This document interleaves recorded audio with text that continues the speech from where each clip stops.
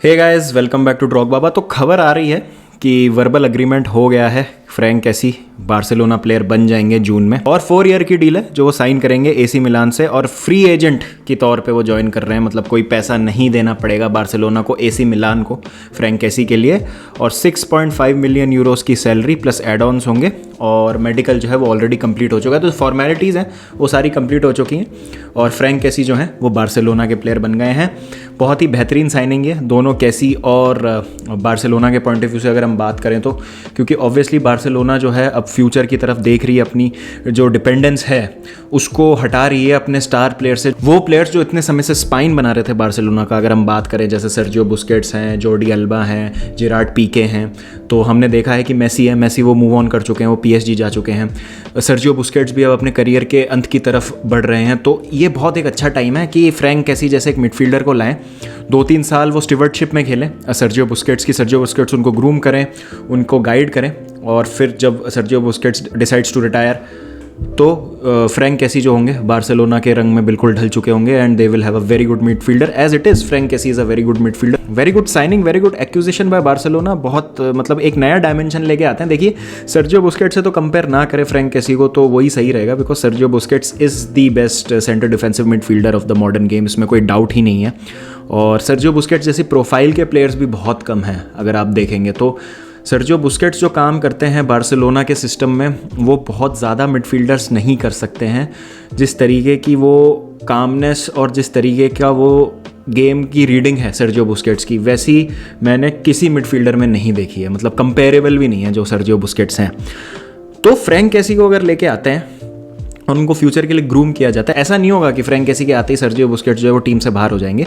Rotation में खेलेंगे और डेफिनेटली यहाँ पर जो है लॉन्ग टर्म में फ्रैंक कैसी को जो है वो ग्रूम किया जाएगा। बुस्केट्स की इसमें काफ़ी अच्छी भूमिका रहेगी और क्योंकि अब ये आप देख लीजिए जो बार्सिलोना की टीम है चावी के under, it's more of a family. मतलब आप देखें डैनी एल्वेज वापस आ गए हैं, जेरार्ड पीके, सर्जियो बुस्केट, जॉर्डी अल्बा, ये जो सारे प्लेयर हैं ये चावी के साथ खेले हुए हैं एज टीममेट्स। तो वो एक पूरी इस तरीके की सिस्टम बनी हुई है। तो मतलब they are not like only team players under Xavi but they are like Xavi's assistants also in some way, कि भाई वो कोशिश कर रहे हैं कि कैसे ना कैसे करके जो ट्रांजिशन है वो जितना स्मूथ हो सके उतना अच्छा हो और इन प्लेयर्स पे डिपेंडेंस जो है कम होती रहे बार्सिलोना की। अब जैसे हम देख रहे हैं कि क्रिश्चियनसन भी जो है वो आएंगे, बार्सिलोना ज्वाइन करेंगे वो जून में, तो जेरार्ड पीके भी उस तरीके से आप देख सकते हैं कि will take a step back और हेल्प करेंगे क्रिश्चियनसन को टीम में इंटीग्रेट करने के लिए।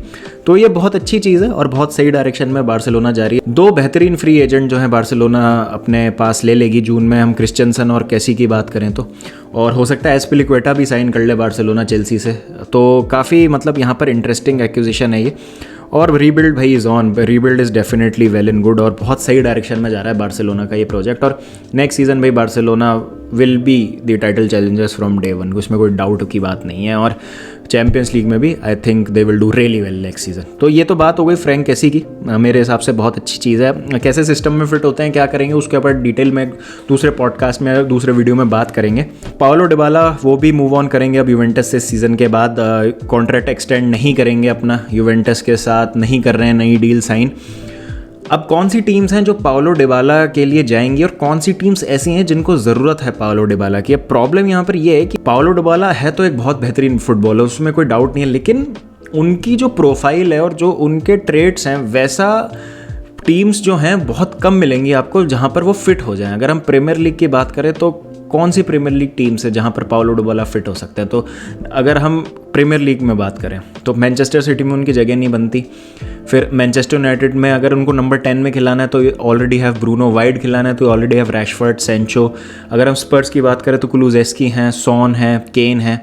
लिवरपूल की फ्रंट लाइन पूरी स्टैक्ड है। चेल्सी के सिस्टम में मुझे नहीं लगता पाओलो डिबाला फिट होंगे, बिकॉज डिफेंसिव वर्क रेट बहुत ज़्यादा चाहिए होती है चेल्सी के फॉरवर्ड से भी। अगर आपको फॉरवर्ड लाइन में खेलना है तो कंसिस्टेंटली आपको ट्रैक बैक करना पड़ेगा, वर्क रेट आपको जो है अपना बहुत ज़्यादा देना पड़ेगा। अगर पाओलो डिबाला खुद उस मोल्ड में आ जाए तो डेफिनेटली मतलब there will be teams who will be interested. But यहाँ पर एक बड़ा डाउट है कि कहाँ मूव करते हैं पाओलो डिबाला, क्या वो इंटर जाएंगे, क्या वो एसी मिलान जाएंगे, इटली में ही रहेंगे, वो भी एक देखना बहुत इंटरेस्टिंग होगा। बट यहाँ पर डेफिनेटली अब लग रहा है कि यूवेंटस जो है वो अब मूव ऑन कर रहे हैं। पाउलो डिबाला, यार पाउलो डिबाला क्या क्या है कि when he burst on to the scene ना, जब वो पलेर्मो से आए थे यूवेंटस, तो बहुत ज़्यादा उम्मीदें थी उनसे। अगर आपको याद हो तो वो एक सीज़न में बार्सिलोना के अगेंस्ट उनका परफॉर्मेंस था सिंगल हैंडेडली, जब उन्होंने यूवेंटस को वो मैच जिताया था अगेंस्ट बार्सिलोना। तो वो पोटेंशियल दिखाते हैं, फ्लैशेस में हमेशा परफॉर्मेंस रहती है, लेकिन over a period of time कभी कंसिस्टेंसी दिखी नहीं हमको डिबाला से, या हमको लगा हो कि हाँ यार ये जाके जो है फ्यूचर में बैलन डोर के कंटेंशन में आएंगे या उस ब्रैकेट में पहुंच सकते हैं, उस लेवल पे पहुंच सकते हैं। उनसे बाद जो प्लेयर आए वो उनसे आगे निकल चुके हैं। अगर मैं एम्बापे की बात करूं, हालैंड की बात करूं, और भी बहुत यंगस्टर्स हैं जो डिबाला के बाद आए और अब शायद उनसे कहीं ज़्यादा हाईली रेटेड हैं वो। तो डिबाला का यार ये बहुत एक क्यूरियस केस रहा है कि why he was not able to reach his 100% potential. अभी भी ऐसा नहीं है कि वो नहीं कर सकते हैं, अभी भी 28 साल के हैं। 28 से 34 मेरे हिसाब से एक प्लेयर का पीक होता है, जो ये पीक ईयर्स होते हैं, 4, 5, 6 जो भी होते हैं। तो अभी भी अगर डिबाला को एक अच्छा मूव मिल जाता है and he finds a team जिसमें उसके सिस्टम में वो फिट हो जाए, तो डेफिनेटली यहाँ से हम देख सकते हैं the best of Dybala. But कौन सी वो टीम्स है मुझे तो समझ नहीं आ रहा पर्सनली कि कौन सी टीम्स है जहाँ वो जा सकते हैं। मे बी रियल मैड्रिड, अगर राइट साइड में उनको खिलाना हो, अगर वो एक्विजिशन कुछ नहीं करते हैं इस समर विंडो में। बट अगर एम्बापे आ रहे हैं तो एम्बापे, बेंजीमा और विनीशियस, ये अब आपकी फ्रंट लाइन होगी। अगर एम्बापे आते हैं तो वहाँ पे भी डिबाला कहाँ फिट हो? Then you already have Hazard, Bale, Asensio, Rodrigo, तो कहाँ फिट होंगे पाउलो डिबाला रियल मैड्रिड के सिस्टम में? बार्सिलोना, आई डोंट थिंक कोई लिंक भी आया है डिबाला से, बट अभी तो ये चल रहा है कि बार्सिलोना हर किसी दूसरे प्लेयर से लिंक हो रही है। रफीनिया से भी लिंक आया था बार्सिलोना का, तो वो तो खैर एक अलग चीज़ है। लेकिन डिबाला, मुझे ऑप्शंस नहीं दिख रहे हैं ज़्यादा डिबाला के लिए, तो देखते हैं क्या होता है। इस पर जैसे ही कोई अपडेट आएगी बने रहेंगे। तो बात करते हैं चेल्सी की ओनरशिप की। तो फ्राइडे जो थी वो डेडलाइन थी ऑफर सबमिट करने की, अपनी बिड सबमिट करने की। तो 100 से ज़्यादा बिड्स मिली थी चेल्सी को खरीदने के लिए, जिसमें से जो शॉर्ट लिस्टिंग है वो 10 से कम बिड्स की होनी। तो बिड्स को जो शॉर्ट लिस्ट करने का काम है वो मरीना ग्रानोस्काया, यूजीन टेनेबॉम और ब्रूस बक को दिया गया है। और यहाँ पर एक जो इम्पोर्टेंट न्यूज़ ये आ रही है कि चेल्सी को खरीदने की जो कॉल है वो फाइनली रोमन अब्रामोविच की ही होगी। रोमन अब्रामोविच इन्फ्लुएंस करेंगे, चाहे जितना भी इंटरफेरेंस हो यूके गवर्नमेंट का, रोमन अब्रामोविच जो है वो उनका कॉल और उनका से रहेगा। रेन ग्रुप जिनको अपॉइंट किया गया है, ये जो ओनरशिप का चेंज है ये जल्दी हो जाए, रेन ग्रुप को उसकी जो है बागडोर दी गई है। तो यहाँ पर एक बात तो अच्छी है कि रोमन अब्रामोविच ये तो ज़रूर ही विल मेक श्योर कि जो चेल्सी है वो गलत हाथों में ना चली जाए, गलत ओनर्स पे ना चली जाए, जो कि इंटरेस्टेड ही ना हो क्लब को अच्छे से चलाने में, उसमें इन्वेस्ट करने में। लेकिन यहाँ पर जो एक बड़ा इंटरेस्टिंग नाम निकल के आया था वो था रिकेट्स फैमिली का। अब रिकेट्स फैमिली आप पूछेंगे कौन है, तो रिकेट्स फैमिली यूएसए के ही ओनर्स हैं, जिनका ऐसा आ रहा है कि जो टेड बोली, जिन्होंने ओरिजिनली सबसे पहले जिनका नाम आया था चेल्सी खरीदने के लिए, उनके साथ कंसोर्टियम बनाने की वो ट्राई कर रहे हैं, सुपर कंसोर्टियम।